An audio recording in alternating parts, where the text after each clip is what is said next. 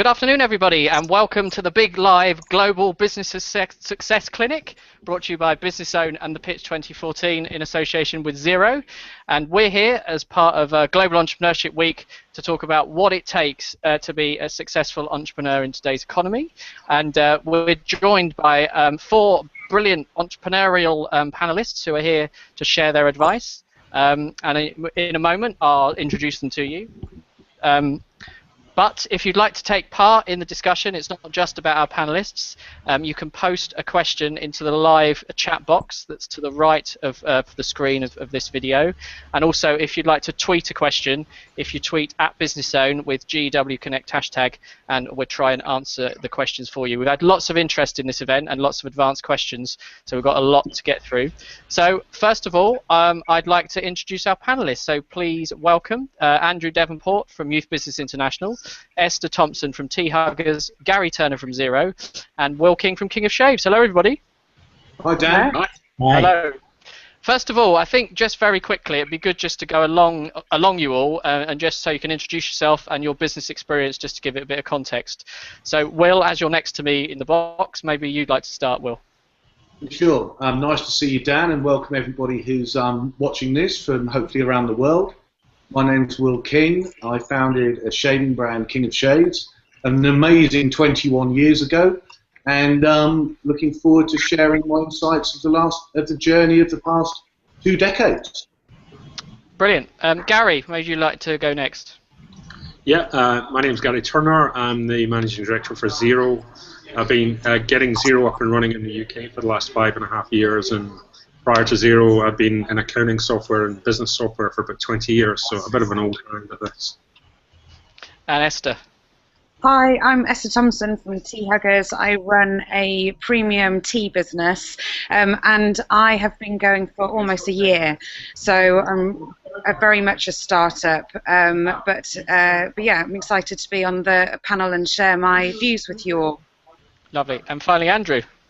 Hi, good day, everybody. My name is Andrew Devonport, and I'm the CEO of Youth Business International. We're the host, proud to be the host of Global Entrepreneurship Week in the UK.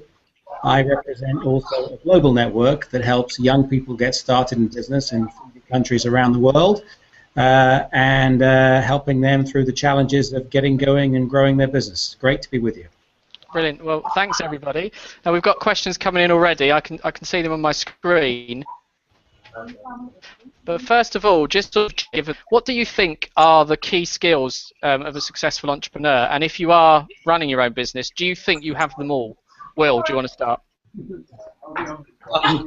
Goodness me. I don't think anybody has them all, Dan, for sure. We all make our successes, and there are probably a lot of failures that go along with those as well. But for sure, you've got to have two key qualities. Clearly, passion. Now, I'm 21 years into shaving lives. We've shaved a few billion along the way, and I'm as passionate about it today as I was back in 1993. And then persistence.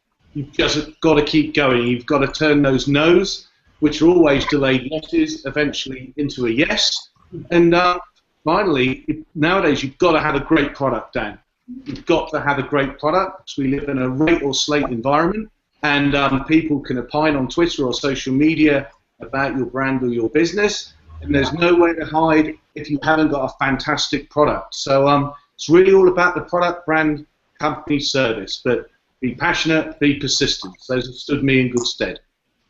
Gary, what are your thoughts on key skills as an entrepreneur? I'd absolutely agree with Will. I think passion is a really key thing. I'm passionate about technology. I always have been since I was a kid. And that's an important asset that you have to be successful when you're building a business and running a business, because actually it's really hard to run and build a business. And if you're not passionate about it, then you don't have that foundation to help you ride through some of those rough spots and some of the challenges that you'll face. So I think passion, absolutely, I'd agree with Will, is really critical. And resilience, the ability to bounce back and the ability to overcome sometimes what seem like insurmountable challenges. So absolutely, passion, resilience, and you can't do that if you don't have a great product as well, you've got to believe in your product and the vision. So yeah, completely agree with Will on that. Esther, you're in the very early stages still of your business, so what are your thoughts on the skills that you need to grow? Well, I would mirror what the other panelists have said.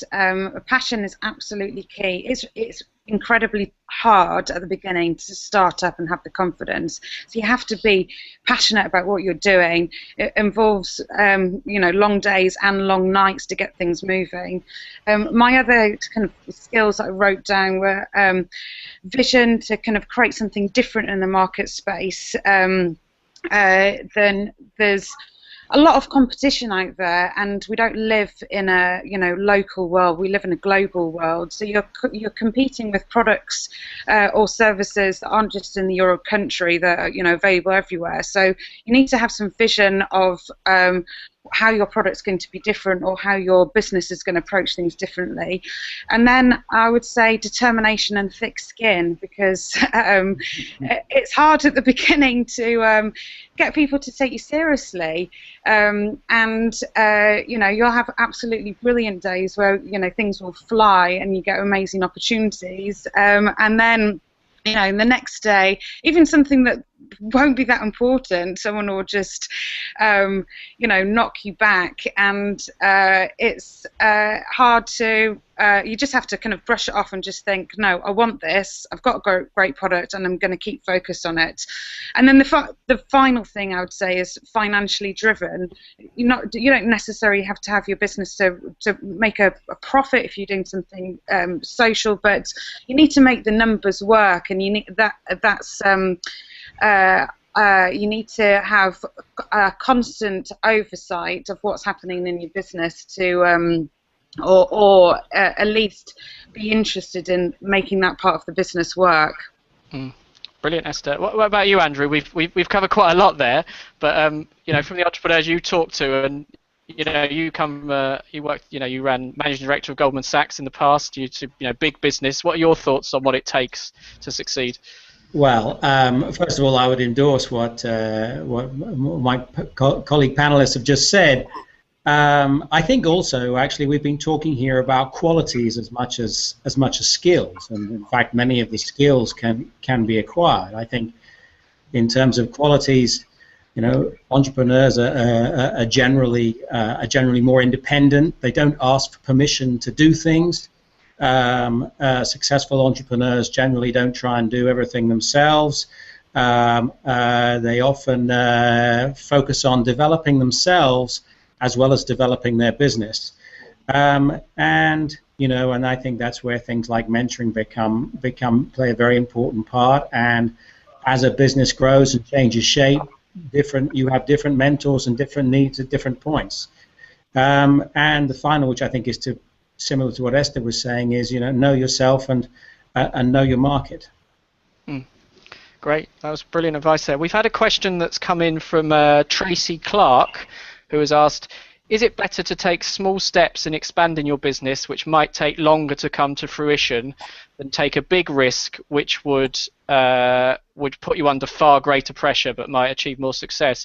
Gary, Xero's growing very fast at the moment. What are your thoughts on the growth steps? Should you go slow or risk it all? So we went. We had some pretty big ambitions from the very beginning. So we went big early on, and we were a big startup. And not long after we got going, we did an IPO on the stock exchange and raised something like £10 million to fund the initial first couple of years. So we went big very early because we had a real conviction and belief that what we were doing was going to be successful. So I guess it really depends on what you're attempting to do and how convicted you are about your ability to make it successful. And if you think you've identified a real niche in the market or a real growing opportunity that doesn't exist and nobody else is going for it, then why wouldn't you go big? So I think my guidance would be, I guess it depends on what it is you're trying to achieve. Is that a brand new space, or are you moving into a market that's already pretty congested? What about you, Will? You've grown King of Shays over 21 years. What are your thoughts on the speed of growth? I'd echo what Gary was saying. I mean, it very much depends on the business strategy you have and whether, for example, you need first mover advantage in the space that you're in, or whether or not you take the steps to build brick after brick and build those layers up. In my experience, it takes any business, irrespective of its sector, about 5 years to develop a momentum within it and to develop a profitability and to develop a track record. Whether that's an internet business, maybe those will go a bit quicker, maybe not. If it's a product business, it takes a long time to build up the users using your products, whether you're selling shaving preps or perhaps some premium tea or accounting packages. But it absolutely, one saying is fail fast, fail early, and then you work out what isn't working. But of course, it's scary to fail, and it can set you back. So I think look very closely at the business sector that you're in, and whether or not you can build on early successes over a sustained period of time. You should never rush anything. But as Gary said, he went big, he raised a lot of money, he's rolling out Xero, he's scaling that product platform. It's a massive market that he's in there, and this lady's business might be completely different. We've had a comment from Mike who says, "Great to see Gary going big. Sometimes there's too much put on it's going slow." So you've got an endorsement there, Gary, from Mike. Esther, you said you're like a year in. So what are your sort of, without giving too much away, what are your growth plans? Well, I've got some, quite punchy growth plans, but I'm also in a really competitive market space.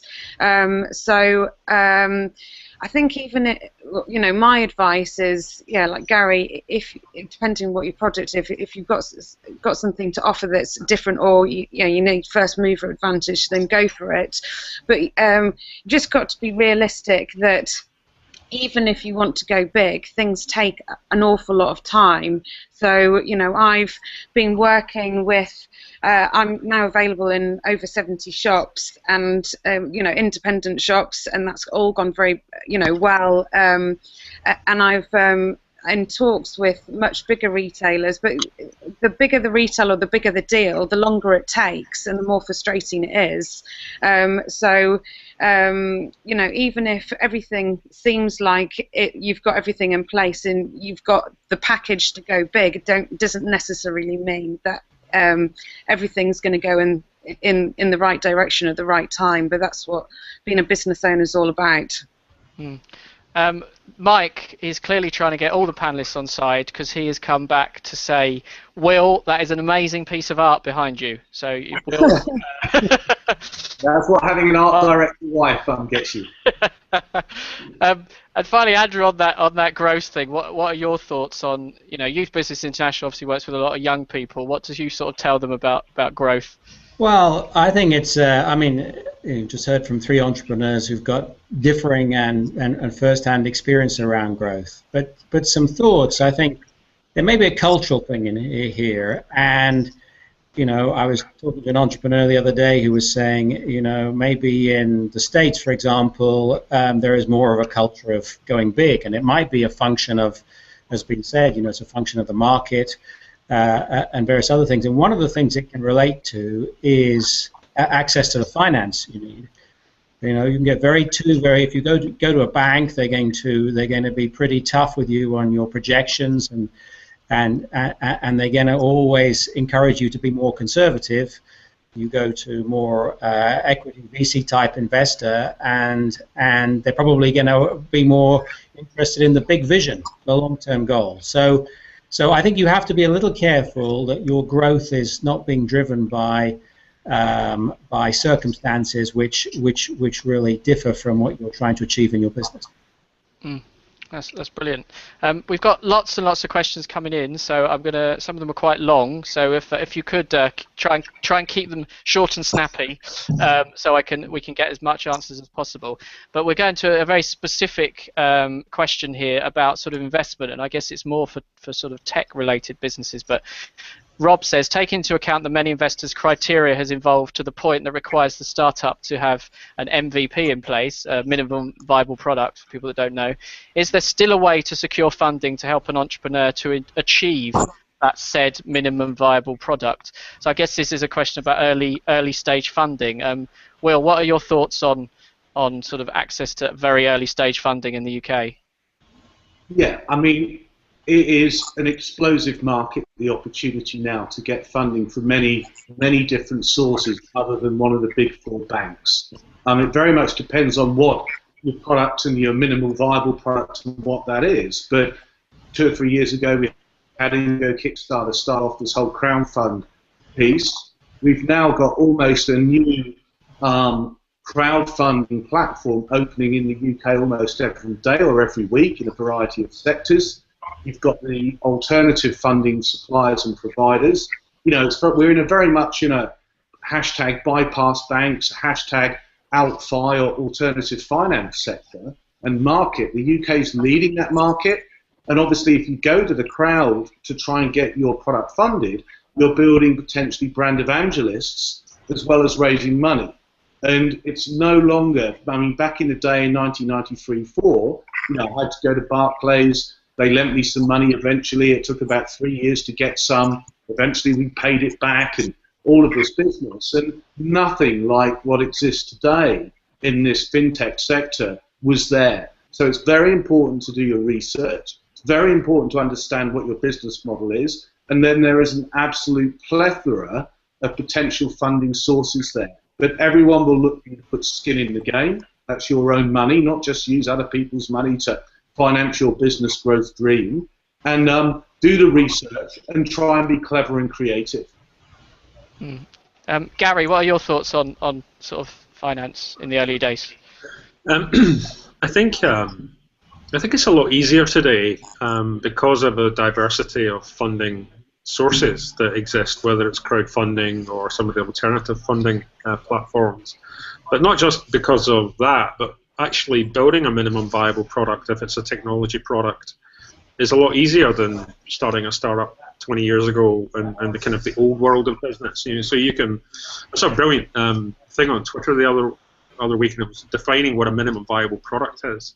And a lot of people think about building a minimum viable product, which is to kind of invest it all in building the code and building the product and the kind of the software, and forget about the other layers that you need to build to test a product's viability. So you have to have enough product to prove that it's working and that there's some vision there. You have to think about how you're going to market it and brand it, how you're going to sell it, and actually building a minimal viable product has to span a little bit of all of these disciplines that you'll ultimately seek to build in your business, not just invest in product and then think, right, now what? And so if you approach building a minimal viable product in tech today, it is easier to do that because registering domain names and designing websites and getting some presence in social media, if your product and your idea is good enough, it's actually really low cost to do that. And so some of the old funding methods would be if you've got a great idea and you've been able to convince your friends and family, why don't you go to your friends and family and business associates to kind of do that what we call crowdfunding today, but it was like kind of family network funding, and get 15K together and get it off the ground. And so it's never been easier, but that then brings the other challenge. If it's never been easier, it's never been easier for everybody, and there's going to be a lot of people trying to do that. And so differentiation, and maybe we'll talk about that later, but differentiation is also really important. Lots of Me Too products and ideas out there. Esther, what are you doing about funding? It's a really exciting place to be a startup at the moment because, like Will said, there's lots of other funding opportunities. So one thing that hasn't been mentioned, other than friends and family and crowdfunding and Virgin, is startup loans, which is backed by the government, which is a great way to get your product up and running, and just gives you, one, the money, but two, a mentor to help grow your business. But I would definitely echo what Gary said, is that I would keep costs to an absolute minimum and try and, pull in favours to try and build your business with as little as possible in the early stages. And actually, as Gary said, it's much easier to do that. You can build your own website, you can do all your kind of marketing and PR, and then just get out there and start selling, getting feedback, and then use that information to in turn grow your business. And finally, Andrew, what about your thoughts on funding? Well, I would echo what's just been said. I think that in the last 4 or 5 years, the environment in the UK in particular has got a lot better for startup funding. There's plenty of sources to look for, and I think Esther's advice is right on. Don't end up loading yourself up with unnecessary debt early on. The real challenge is going to be then getting the business live and getting it to grow. Cool. We've had a potentially slightly controversial question from Tina Bowden, who asks, can I ask the panel, do they see all business owners as entrepreneurs? So, the word entrepreneur is a word that some say is overused, and it means different things to different people. So I wonder what your thoughts are. Are all business owners, can they be classed as entrepreneurs, or are we worrying about terms too much? Andrew, do you want to start with that one? I met somebody the other day who said, I don't want to be an entrepreneur, I just want to start my own business. So I think it's kind of a, not a particularly, you're not going to get anywhere with the discussion. I think, certainly it's true, people start up businesses for many reasons. And, if you look around the world, there are people who are starting their businesses because they have no other source of income, and that I think is a different mindset. But I don't, let's not get hung up on differentiation. Different businesses require different skills, and there are as many different types of entrepreneurs as there are people. In fact, I would argue that in that sense we are all entrepreneurs. I mean, it's an interesting one because there's a big debate over the term like SME and SMB, and there's a report out this week, the Scale Up report, which we may hopefully touch on later, but one of their demands was the government should stop saying SME because it doesn't mean anything. But Gary, what do you think? Are we worrying about it too much? Does it really matter? I think there is a distinction. I think maybe 20 or 30 years ago, if you set up a business, you probably were aspiring to build a business and therefore would look a bit like an entrepreneur. I think running your own business is now a viable career alternative for a lot of people, and in that sense they are alternate lifestyle businesses. So people that don't aspire to be some kind of massively successful global business, they just want to set something up and have a couple of nice holidays a year and a nice car and a nice lifestyle and be their own boss, which is different from being an entrepreneur, which is somebody who's out to create capital and wealth on an ongoing or on a scale basis. So there is a distinction, and I think it is easy for media, picking on you, Dan, but to kind of put everybody in that one category, and both are viable, but both are probably quite different in the way that you would go around funding, getting funding and hiring and growing. And so I think there is a distinction. There's something like 50,000 businesses formed every month in the UK, and therefore there aren't 500,000 entrepreneurs every year setting up new businesses. So they're not all entrepreneurs.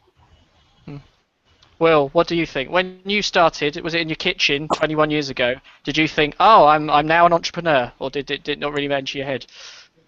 No, it didn't enter my head, to be honest with you. I've been made redundant from my job. I decided to take control of my own destiny, and I decided to make something. And I think it's only relatively recently with the TV shows, The Apprentice and Dragon's Den, that this entrepreneurialism has entered the business lexicon.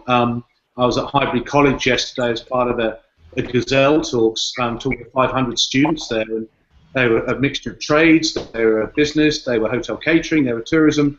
I think a lot of them wanted to take control of their own destiny, and I was asked what 3 words might describe me, and I said momentum creating individual.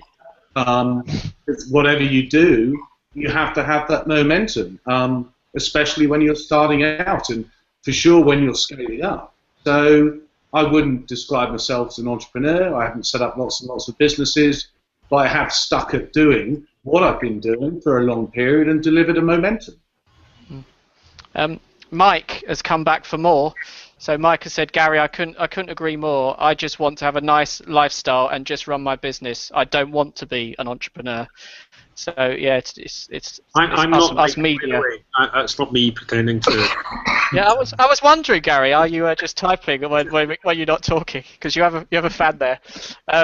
Esther, what about you? What are your thoughts? Do you worry about what you're called or what you are, or do you just want to grow your business? I just want to focus on growing. No, I'm not worried about what I'm called. But yeah, I would mirror what Gary said. I've met, through my entrepreneurial journey, I've met an awful lot of people who are starting businesses for various reasons, and lots of people that I meet are doing it for lifestyle reasons, or just wanting to be their own boss, or doing something that they're absolutely passionate about, but don't necessarily want to build a huge brand, global brand. So my advice would be that lots of people are doing it for different reasons, but just focus on your reason, and whatever you do, get on and do it, rather than think too much about the classification you're putting around yourself. Not wanting to turn this into the Mike show, but Mike has come back and said it is the media's fault. So he's having a go at me there. So Is Mike the only guy watching this, Dan? I don't know. He's just coming back a lot. I'll give you some of the other comments, because there are other people. It isn't just Mike. Janie actually has come back on Esther's comment about startup loans and says startup loans are great, but there are many, many hoops to jump through to get a loan. Somebody else has commented and said, Rob has said, it should also be highlighted the importance of a team within the initial startup, and that's especially important from an investor's perspective. Has anybody, Esther, I can't remember, did you say you got a startup loan, or were you just recommending it as a potential source of funding? No, so I self-funded my business for to get to concept, and for the first 9 months, and then when I had a viable business, I've got a startup loan to help me in my first year or two of growth. Were there lots of hoops to jump through, as that person said, to get the loan? Not for me. I mean, I had to prepare a business plan, which I had already. I revisit it regularly, and I had to do sales and cash flow forecast. I was quite advanced with lots of people go for a startup loan to start up. So as I was quite advanced with my business, I didn't have to go through a lot of them. You have to go to workshops, but I think those workshops are incredibly helpful in terms of what's it like to run your own business, how do you do your finances, which at the beginning, then the more information you can get about all the varying aspects of running the business, the better. So rather than hoops, I would say some of the sort of the things that you have to do to get one are just essential in terms of making sure that you've got all the T's crossed and the I's dotted, and you've thought of everything about how you'll run your business. That's great. We've had a comment from Alison Howell, who was asked about what the panel's advice are on dealing with work-life balance. So how do you cope with what impact running a growing business has on your sort of personal life? So Gary, what are your thoughts on the work-life balance question? It's really, really tough. I don't think. I guess it depends on the business. If you're running a retail business, then you that's really tough for you to manage that, because you're going to be very present in the business, and so that's really tough. But regardless of the business, it's you invest so much of yourself, and you perhaps put some savings into setting up a business, and you can't afford to hire the people that you would like to hire necessarily at the early stages, and so a lot of it does come back down to the founder or the person that's setting up the business, or a very small group of people that wear multiple hats.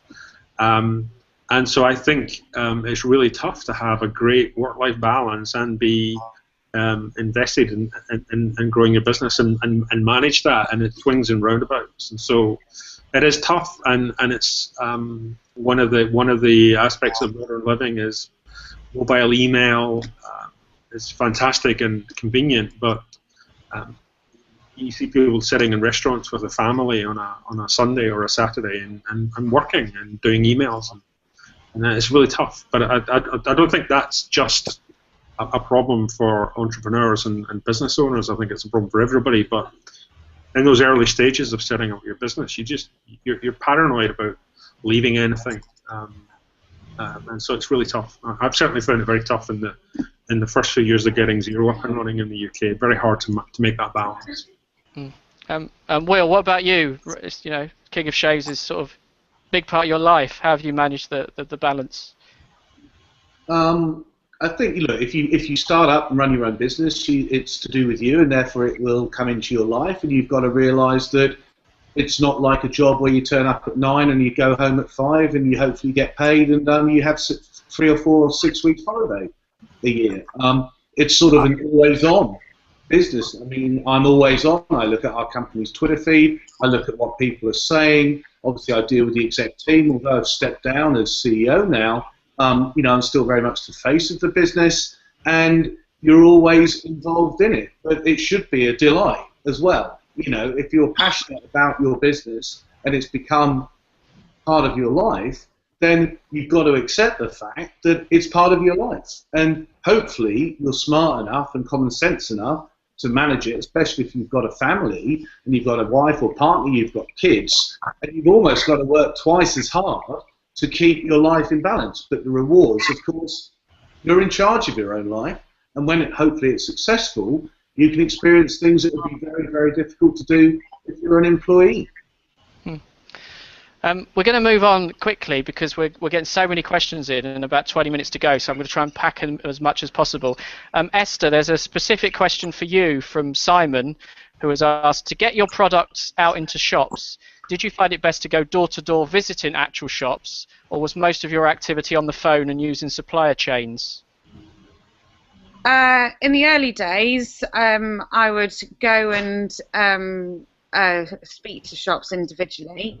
And then quite quickly I moved to being on the phone and using supply chains because you know, there's only so much you can do on your legs, and it does become quite time consuming. So yeah, I mean, I'm lucky because I live in London, so I from an area of London I'm from Crouch End, that's really supportive of new businesses. So I basically, you know, got like 4 local businesses, you know, signed up locally, and then, you know, from there, as soon as you've got some track record, then, you know, people start listening. So albeit, you know, small, but then, you know, every week, then that number of shops is added to, and, you know, bigger and bigger companies then start listening. But I personally think to go in and speak to people, you just, in the early days, you get a lot of feedback, and what you want when you've got a new product is to understand what people think of it and why they think it will sell or why they don't think it will sell, so you can go back and, you know, revisit your product and make tweaks to it. But you need as much feedback as possible. Brilliant. We've had a quote from Rob, who I think may be borrowing a quote, but for the work-life balance question, Rob says, an entrepreneur is prepared to work years of their life in a state that most people won't, so they can spend the rest of their life like most people can't. So that's a nice quote, the work-life balance. I'd like to talk a little bit about the young people in entrepreneurship. I was at an event last week where Luke Johnson was talking about careers advice and saying that there still isn't enough focus in schools on you know, entrepreneurship as a career. Obviously, Andrew, that's a big part of what you do. So do you want to have a talk about, you know, are we recruiting enough next generation entrepreneurs at the moment? Well, before I answer that, I just want to add another quote about the work-life balance. Yes, please do. If you start up your own business, you'll sleep like a baby. That is, you'll sleep for 2 hours and wake up and cry. Very good. And I think that kind of captures, some of the fact that starting a business can be quite lonely. And one of the things that we focus on, and is particularly relevant for young people starting businesses, is the importance of mentoring at an early stage and the non-financial support. Don't try not. There's many hands out there to help through Virgin Startup and Startup Direct and Unlimited, who are two free members in the UK. There's plenty of non-financial support to help young entrepreneurs. And for getting young people interested in entrepreneurship and sort of getting them aware, yeah, I think there is a lot more that can be done. A lot of young people, I think, shy away from starting their own business because basically it's a question of not having enough knowledge and not having enough confidence. And we work with a lot of organizations to bring into schools training around starting a business and to raise the level of financial literacy. And of course, Global Entrepreneurship Week is a great way for young people who are the entrepreneurs of the next generation to get engaged. And I would encourage anybody who is somewhere away from starting their own business or thinking about starting their own business at school to take advantage of that. Will, you mentioned earlier you're sort of heavily involved in the Gazelle program, which goes into colleges and schools. What are you sort of telling young people about running a business? I think it's it's there. I think it's just should be got out there that you have the option now and the means and the ability to not necessarily follow a predetermined career path. So when I left school back in the early 80s, of course, your careers advice officer would say you can go into banking, you can go armed services, you can go to the civil service, you can do, let's just say, a variety of trades, whether they're blue collar or white collar. Now you have a new trade that you can do, which is a business that you can create, and it's just getting that knowledge out to young people, the millennials now, and then the next generation of young people will be going to education, that you can do a business that could be a business that's not even been yet invented. But the key to that is, of course, a good education grounding, good understanding of maths and English and, the right sort of knowledge base. But that optionality, for sure, needs to be injected, and I believe is starting to be injected as part of the national curriculum into younger people, so they know that there is a career path that can be about them doing something that starts with them. Brilliant. We're just having some comments coming in. Virtual Tracy said, completely agree that starting a business can be lonely, but there are plenty of other people in business that want to share their stories and help. Confidence is a big deal too, but you have to take a big step. Will, there's been a question specifically at you, just in reference to, I think, when we were talking about funding. Sheng Skimmings says, Will, I agree with you. I spent a year to build up my business, but now I'm running out of money. I have to go to work and continue to generate funds to grow my business. Do you think that's a right way to do it? I mean, it's very specific to them, but I think this person is saying they were committed to their business full-time, but they haven't got enough money, so they've now got to go and get a job, a traditional job, to fund it. What are your thoughts on that? Does it matter?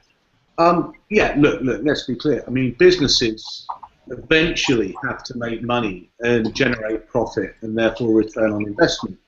Now, it took 5 years for us to get King of Days into a profitable space. We needed to raise money to get it into that space, but it was very clear joining the dots from, let's say, sales in years 1, 2, and 3, which went £300, £57,000, £250,000, that we would get to £1 million and we would start to make a profit. If your business is not getting to where it needs to be, and you're needing to put extra money into it to maybe get it to where it needs to be, I think we need to perhaps get a third-party viewpoint on it, because obviously it's very difficult if you then start raising more and more money to keep something going but it may not be sustainable. And for sure, you don't want to put yourself in a position where you blow up your life savings, you're having to go back to work to support your baby, but that you may never get the business may never get into profit. So I think take maybe a sanity check from a third party on it and see what other people's points of views are. Robin from Burnt Soul has come back on that and said, I have to work to pay the bills. I work 3 days a week as a receptionist and the other 4 on my business. So that shows that it is a 7 day a week thing. So Dan, can I touch briefly on the young people thing? And I think so I remember speaking to my career guidance teacher in the 80s when I was still at school. And my passion and my interest then was technology, but the technology industry was not as developed as it is today. And so I think there were in the big book of jobs, there was under C for computing, there was like you could be a programmer or you could be a systems analyst, and that was your choice then. And none of them really kind of floated my boat, and I had ended up I could have found my own way and learned a lot of things myself. And I think we're entering a parallel period.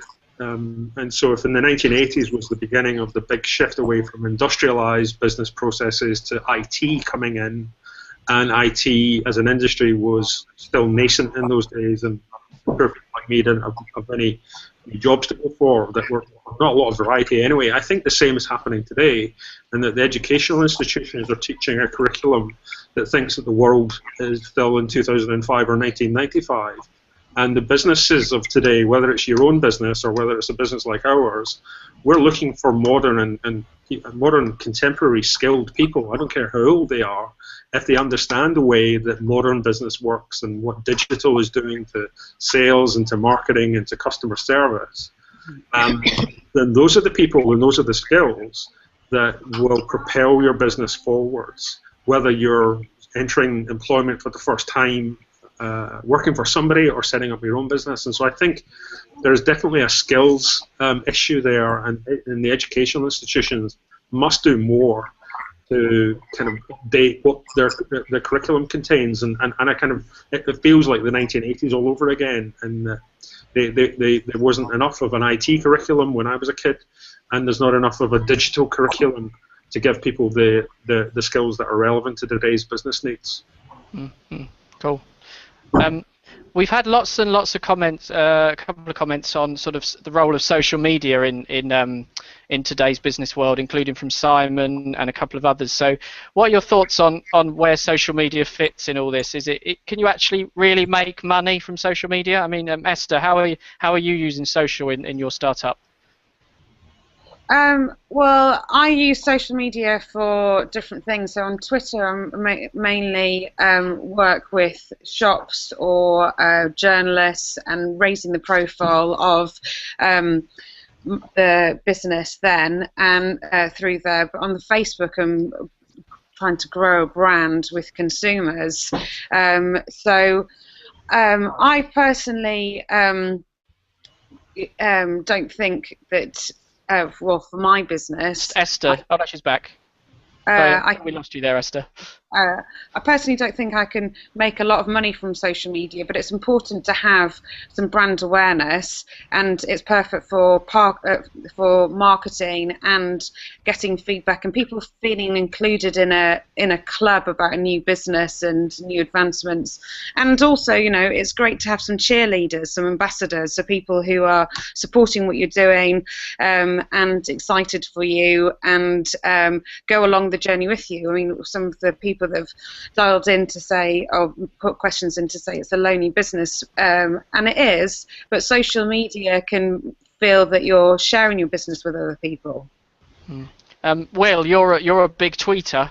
What are your thoughts on social in business?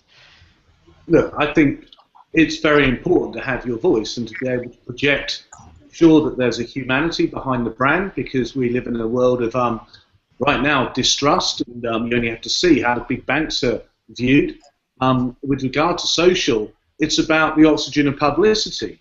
We use our Twitter account. We've been on Twitter at King of Shave since 2007, Facebook since 2006, and it's about sharing knowledge, know-how, content, what you're doing, why you're doing it, using it as a way to alert people to, let's say, offers on the website, what we're doing, and then having, very importantly, where customers are concerned, we have thousands and thousands of people on our shaving subscriptions, having dialogues with them, and it's in real time. It's in real time. So you've got to be in that. And there is a view that not enough CEOs, let's say, are on Twitter or engaging socially, and I would view myself equally as a chief engagement officer now, almost having stepped down as CEO, to understand what people are saying and feeling and thinking about our brand and our business and where we can go with it. And you've got to remember, it is pretty much free, but it does take up time, so you've got to be very clever and sensible about using it. Andrew, is social media a way you try and use that at Youth Business International to engage sort of young people in business? Yeah, we do, and it plays an important part of Global Entrepreneurship Week. I think for many of our young entrepreneurs, it's really a function of their customer base, and I'd endorse the comments that, in particular, Will's made. It would be good, and people like me need to probably be spending more time on Twitter. But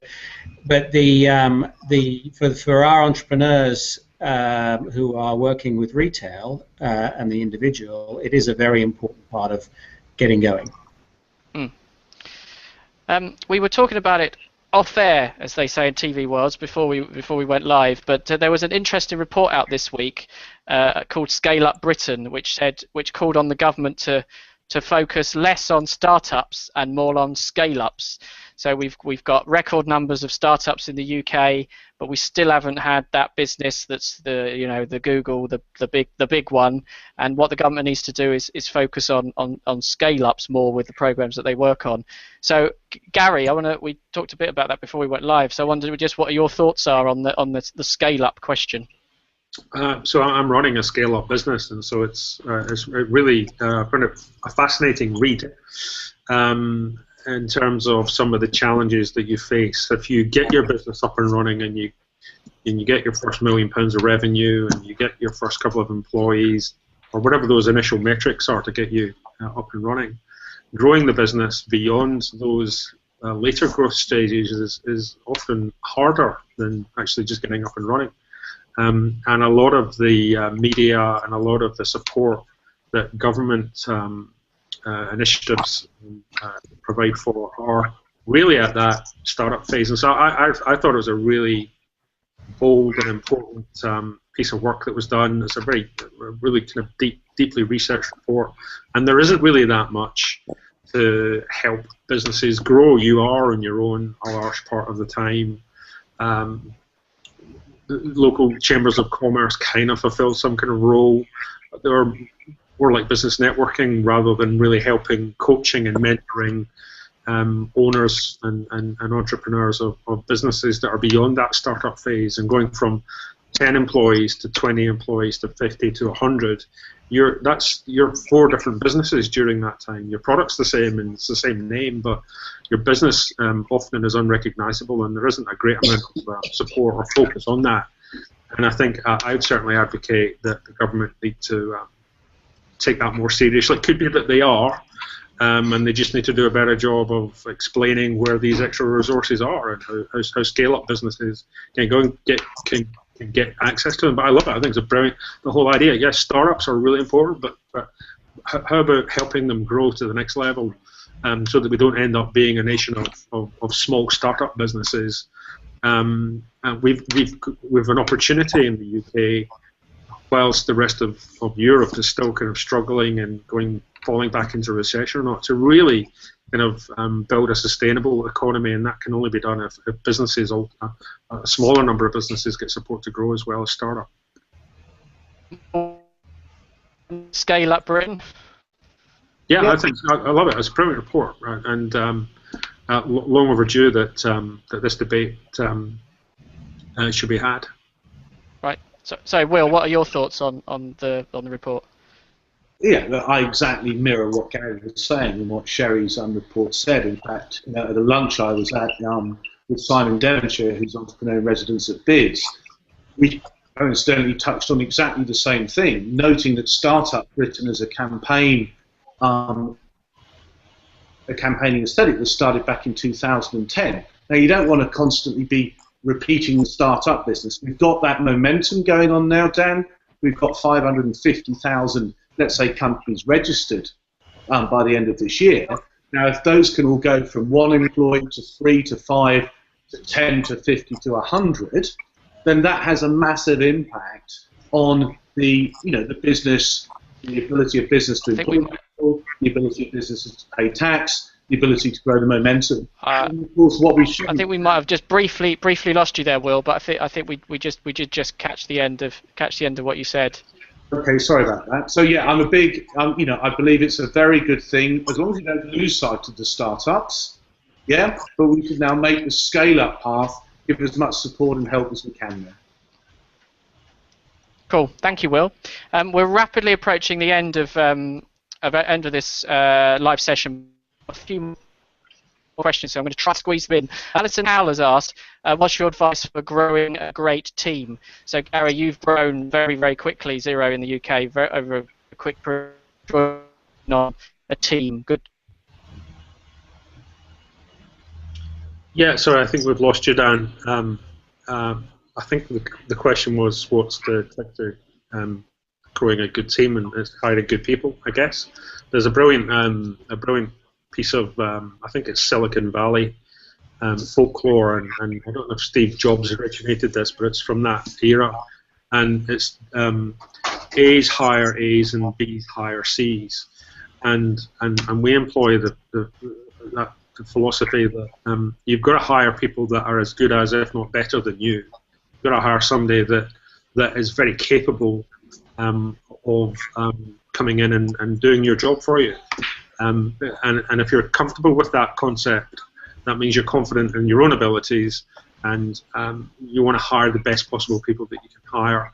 And the minute you start compromising on the quality of the people that you're hiring, and particularly if you're hiring your first set of managers in, and if you hire somebody who's not an A-grade manager but a B-grade manager, so very good at what they do but not a superstar, then inevitably the theory goes that they then start hiring C's, and C's hire D's, and then before you know it, your organization is full of people that are just journeymen, kind of coming in and clocking out and not doing very much. And so you've got to hire people that are very capable and can add skills, or can add experience, or can add drive and vision to your team, and are not in a startup or a small early stage business are capable of wearing multiple hats, so very flexible, and who can buy into the vision of what you're trying to achieve. And so the quality of the people you're hiring is really key. And so my advice would be never compromise on quality. If there's any doubt about whether somebody's right for you or your business, then don't hire them. Esther, sort of, is it your business? It's just you at the moment. Is that correct? Yeah, I have a couple of freelancers that work with me, but yeah, it's mainly me. But I'm just on the cusp of hiring. So what are you doing about that? Because that's probably one of the biggest decisions a business owner can take, actually, is hiring that first member of staff. Yeah, it's terrifying, and I've gone through lots of different ideas of what that staff member looks like. But I'm lucky to have a number of mentors that I'm talking through what the role is and the structure and what I want, how I see this role growing, helping me grow the business. Yeah, I'm working through those things at the moment. Cool. We're about to approaching the end of this, and I just sort of want to summarise. So in a classic panel debate kind of way, if the people watching this, the small business owners, the entrepreneurs, whatever we're going to call them, the scale-ups who are watching this broadcast, if they had to take a couple of bits of advice from you, what would be the two key tips that you'd share to our audience? And Will, should we start with you? So I'll give you three. Impossible is nothing. Just do it. But remember these days that whatever you do, it's got to be great. Because as soon as you put it out there, everybody can rate or slate it. And let's hope they rate it. Lovely. Gary, what are your 2 or 3 tips? Yeah, just just do the best that you can do. Don't settle for compromises. Don't settle for second best in terms of if you're moving into a competitive marketplace. Be really clear about what it is you're trying to achieve. It's often easy to get bogged down in the kind of machinery of running a business and remaining focused on the 2 or 3 things that will make a difference is probably the guidance I would give. Don't allow yourself to get distracted by 100 different opportunities. And Esther, what's your advice? My advice is just do it. It's easy to think and talk about something, but it's much harder to jump in. But my advice is, jump in with a business plan and a financial model in place.